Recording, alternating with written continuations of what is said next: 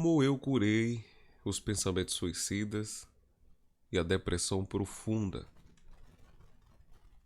que vira e mexe estava me assombrando desde quando eu era um garoto, dos 4 anos pra cá.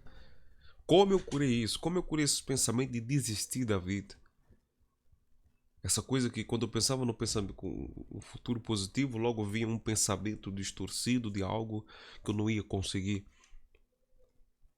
Como eu curei aquilo que um gatilhozinho lá fora me deixava tudo para baixo, desanimado, me deixava tudo sem jeito, sem vontade de fazer nada, sabe, com vontade de chutar o pau e largar tudo.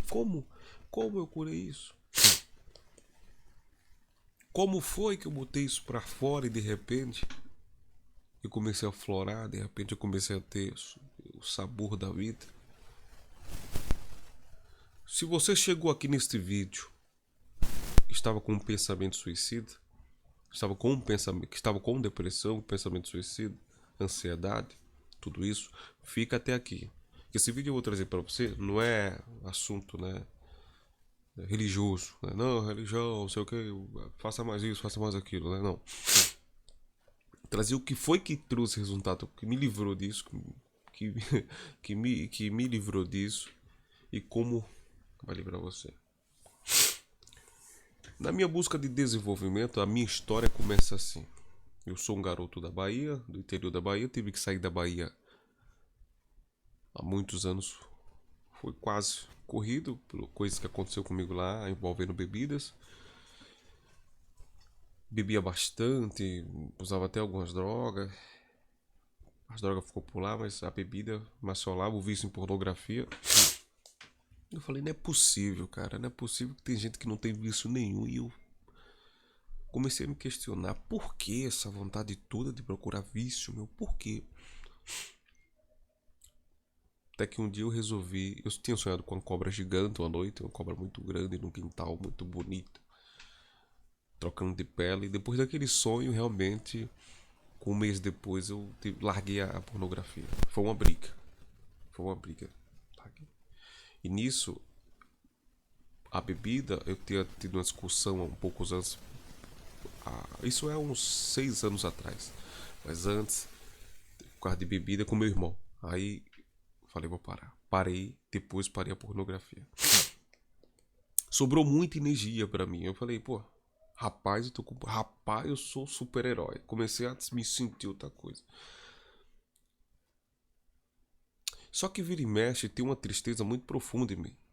Sabe? De repente eu não conseguia manter o estado emocional assim linear. Não conseguia. Com uns piquinhos, felicidade, triste. Não, era triste demais, feliz demais, triste demais. Não conseguia, cara. Qualquer coisa me ativava uma coisa dentro que me desanimava. E eu falei, rapaz, não pode ser isso. Deve ter alguma coisa errada. Como assim, cara? Eu até achava que eu tinha bipolaridade. Falei, pô, tá bom. E comecei a estudar programação. Ler Napoleão Hill. Napoleão Hill pra cá, Napoleão Hill pra lá. E ele falava sobre consciente, subconsciente. Depois fui pro livro do O Poder do Subconsciente. Cheguei na programação neurolinguística. Hipnose. Tá bom. Aí eu falei, cara, eu devo ter um rumo de trauma aqui. O que é que tá acontecendo? Fui no hipnólogo, no hipnoterapeuta, consegui ter acesso a algumas memóriazinhas, mas não resolveu o problema. Resolveu algumas, não outros. Falei, rapaz, o que tá acontecendo? E só que eu sabia a programação neurolinguística, técnicas de neurolinguística, hipnose. E eu aplicava em mim, não tava tendo acesso a muitas coisas. Deixa eu ver, tá abaixo dos, deixa eu ver, 9 anos pra baixo, né? Tinha acesso dos 9 anos pra cima. 9 anos pra baixo não, porque era uma região de muito trauma. Como eu era um moleque muito hiperativo, bagunceiro e sabe aquela coisa. Quando falavam não, aí que eu ia fazer o que eles estavam falando pra não fazer, parece que era uma loucura. Não faça isso, aí eu ficava louco, vou fazer aí. Por que eu não posso fazer? Aí esperava o pessoal sair a fazer. Por incrível que pareça, né? Aí, aí o que acontece? Voltando. Deve ter alguma coisa aqui no inconsciente, eu devo ter trauma pra caceta aí. Não, eu fazer auto-hipnose em mim mesmo, conseguia ter acesso a poucas coisas. Falei, mas não resolvia, né? comecei a estudar. Eu falei, cara, qual neurotransmissor é liberado na mente para que as memórias reprimidas eu consiga ter acesso? Aí tinha lá, né, a serotonina, não sei o que, um estado relaxado. Eu falei, tá bom. Aí comecei a pesquisar qual substância pode me ajudar a ter acesso a essas memórias. Cheguei na ayahuasca. A ayahuasca, ela tem um DMT, né? Depois você estuda sobre isso lá na internet. Eu falei, ayahuasca? Tá bom. Comprei pela internet, chegou. Nisso eu vou tomar 10 gotinhas, que é microdose. Tomo 10 gotinhas dela, respiro, tenho acesso a qualquer trauma. Só que tá aí o porém. Se você não estiver no lugar adequado e com técnicas e ferramentas adequadas, pode ser prejudicial para você. Mas escuta bem que eu vou te falar, que eu vou trazer a solução para você que tá aí. Aí eu falei, rapaz, logo de cara eu botei 10 gotinhas, me vi de cara num trauma absurdo. Eu devia ter uns 4 anos de idade, eu e um amiguinho meu, e um vizinho mal intencionado chamou nós, ele tava comendo umas frutinhas. Vem cá, vamos comer essas frutinhas aqui. E eu e meu amiguinho entramos. E aí vi que meu amiguinho, ele botou meu amiguinho, ele abusou do meu amiguinho. Pediu pro meu amiguinho fazer um negócio nele lá. Aí, de alto, vem cá, meu amiguinho, vem alto, faz o que. Eu fui lá também. Meu irmão, depois disso, a culpa ficou muito grande em mim. Porque eu olhava pro meu pai assim e pensava, caraca, se meu pai descobriu, eu era moleque, né, velho? Que eu fiz aquilo, que aconteceu aquilo. Aí, meu irmão, a mentalidade de culpa ela começou a assolar, foi grande. Só que aí, como eu tinha a técnica de ressignificar memórias, eu entrei nessa memória e ressignifiquei o contexto. Pá! Curei. O que essa memória me trazia? Me trazia fragilidade emocional, uma tristeza também, incapacidade de falar com pessoas mais velhas do que eu, que tinham uma patente mais alta do que eu, não tinha essa coragem de debater. Hoje, se você botar pra debater com o Lula, com o Bolsonaro, eu bato a mão na mesa e falo, tá errado, acabou. Agora, antes não, antes eu ficava, tá bom. Aí eu falei, no outro dia, cara, eu tenho uma escassez muito grande em mim, cara. Eu não consigo ficar sem dinheiro, que eu acho que vai acabar. Tá bom. 10 gotinhas, respiro, volto no inconsciente, dou de cara que eu na escola, estudava numa escola muito bacana que meu pai me colocou. Meu pai era mototáxi e pedreiro. Ele me colocou numa escola que só tinha filho de dono de loja. E essa molecada tinha lanche, tinha dinheiro. E eu não levava dinheiro. Meu pai não dava pra levar. Leva dinheiro, senão é difícil. E ali começou um grau de comparação muito grande. Eu descobri que eu não tinha tanto dinheiro e via. Entrei nessa memória lá e de repente ressignifiquei. Hoje eu posso estar com dinheiro ou sem dinheiro, que pra mim é a mesma coisa. Eu sei que eu sou capaz de fazer muito mais dinheiro, sabe? Mudou todo o negócio. Eu tinha uma vergonha, um medo, rapaz, de falar em público. Uma vez eu fui De novo, veja bem, uma vez eu fui me apresentar em público. Eram umas 8 pessoas. Cara, Elton, fala aí, Elton. O que, meu irmão? Travei, cara, travei. Gaguejei, me perdi, cara, me perdi. Sumiu tudo. Era melhor você botar eu dentro de uma arena com um touro brabo do que eu botar pra eu falar com o público. Eu falei, vamos resolver isso. Tava com a ayahuasca na hora. 10 gotinhas, entro na memória, chego também lá na faixa dos 6 anos de idade. Como eu era uma criança muito imperativa, não tinha saco de ficar vendo o professor riscar no giz. Queria brincar, né, velho? A professora, de repente, eu tô jogando bolinha nos amiguinhos de papel. A professora, uma gordo, velha, né? Bora, senta aqui, seu moleque, sem vergonha. Me colocou sabe o biru? É o biru, aquela mesinha que ela fica sentada na frente do quadro, né?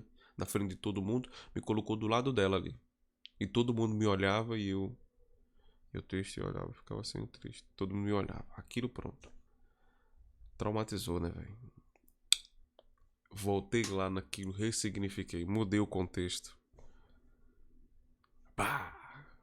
Falar em público, normal.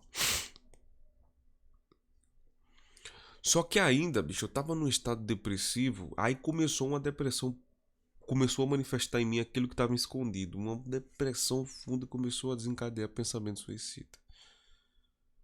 E não queria sair, levantar da cama. Eu falei, porra, eu tô resolvendo os problemas. De repente desabei de tudo isso. Por que eu desabei? Por que teve esse desabe? Porra, tô resolvendo. Falei, não é possível, cara, não é possível. Será que é algum neurotransmissor que tá baixo? Será serotonina, dopamina, desregulou alguma coisa? Sei lá, acho que não tá normal. Caralho, baixou mesmo, baixou aquela... Não tava com vontade de levantar da cama. Larguei o pau em tudo, em trabalhar. E eu falei, cara, sabe nenhuma, não vou fazer mais nada. Mas eu tinha que ir se arrastando. Acordar de boiando, tava pesado, cara. E os pensamentos suicidas estavam vindo muito forte. E aí eu falei, rapaz, será que essa é a solução? A história do novo é alto, isso é coisa do... é ferida do emocional. Eu falei, rapaz, será? É. Realmente. Dessa vez eu não tava com ayahuasca, eu não tinha tomado ayahuasca, microdose, nem nada. Tá, eu fui trabalhar, um dia de manhã tinha acabado de acordar, acordei 4h30 da manhã, fui trabalhar, cheguei no trabalho 6 horas, sento lá numa cadeira, 6 horas da manhã, quer dizer, o corpo tá relaxado, é quando você acorda ainda, seu inconsciente ele tá aberto para você descobrir alguma coisa ou mandar sugestão, porque ainda tá a serotonina, tá, né, circulando na corrente sanguínea, questão de calma, de relaxamento, sono. Vou lá, relaxo, respiro fundo, vou mandando comando, vou relaxando, relaxando meus braços. Aí eu falo, qual é a memória que tá me abalando? De repente, é uma memória quando eu tinha de novo 4 anos por aí, na faixa dos 4 a 3 anos. Eu fui sair na porta de casa, minha mãe falou, não saia menino, e foi me pegar. Só que eu já tava doideu, né? E quando ela foi me pegar, eu tava rodando os braços. Ah! Quando foi me pegar, ela me segurou assim com o rosto. Um bracinho meu bateu na boca dela, da minha mãe. Nisso ela me pegou, me bateu. Quase. E meu irmão depois falou, aí, filho que bate mãe, ele vira lobisomem. Ele vira lobisomem, meu irmão. Isso foi antes, esse trauma aí foi antes de todos que eu te falei. Todos que eu te falei agora foi primeiro. E esse antes foi o mais profundo de todos. Foi uma memória muito mais profunda. Aí eu falei, entrei lá e vi o momento. Meu irmão falou até pro meu tio, tio, o Elton, você que bateu na mamãe e na mãe. Meu tio falou, vai virar lobisomem, vai virar lobisomem. Aí, meu irmão, eu passei acho que uns 2 meses pensando nisso. Eu era um garotinho, cara, com um medo muito grande. Ia pegar numa bola com felicidade, mas logo logo eu lembrava disso, ficava todo sem jeito. Tá bom, entrei nessa memória e ressignifiquei o contexto. Cara, sou outra pessoa. Não tenho mais aquela... Sabe eu até achava que eu era bipolar. Mas não tem nada a ver com isso. Era a memória muito forte com impacto emocional que qualquer gatilho lá fora me ativava em mim. E de repente eu tinha aquele estado triste, depressivo, meio desgostoso da vida.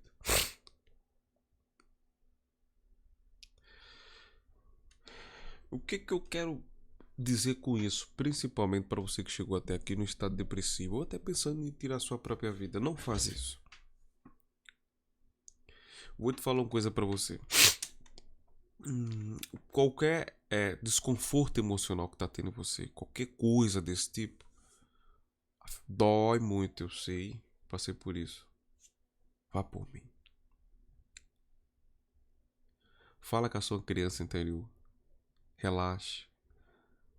Primeiramente, é muito mais importante você também, né, ter uma conexão com Deus. Isso é bom. Depois você vai atrás dele naturalmente. Quando você cura suas feridas, naturalmente você quer Deus. Mas você se coloca no estado de relaxamento profundo e solta-se. E se pergunte: inconsciente, onde é que está essa ferida emocional? Tu vai.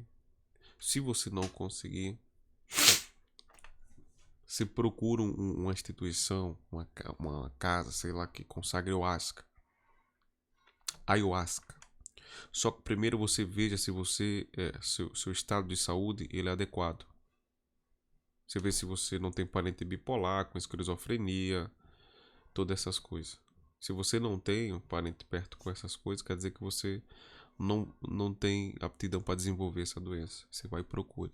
Porque o ayahuasca vai mostrar. A ayahuasca, ela inunda seu cérebro de DMT, que é uma substância parecida com a serotonina, e faz com que seu inconsciente ele aflore, abre. E o que está lá te reprimindo vai... Quando o seu cérebro, quando o consciente tem acesso às feridas do inconsciente, automaticamente já é curado. Mas quando não tem acesso, é como você tá entrando em casa, debaixo do tapete tem sujeira, uma sujeira muito alta que faz um calombo assim, e de repente você se tropeça, olha para lá e não sabe de onde vem esse tropeço. Mas quando você sabe o que vem debaixo do tapete, você limpa ali, resolve. É o que acontece quando você ressignifica, quando você processa, lembra de alguma memória emocional, algum trauma. Nunca mais ser o mesmo, nunca mais esse pensamento suicida vai querer te tirar da sua vida.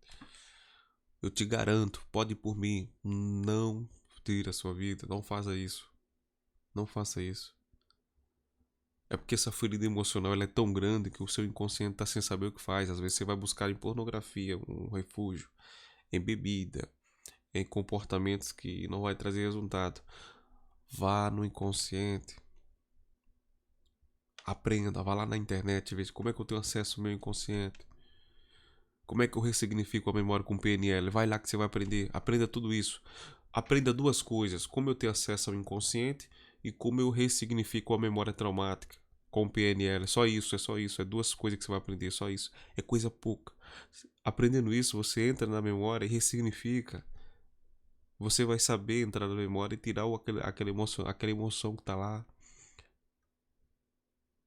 Você não vai mais sofrer com isso, com altos e baixos emocionais. Você não vai ficar com isso, não. Vá por mim. Por experiência própria. Por essa própria experiência própria, tá bom?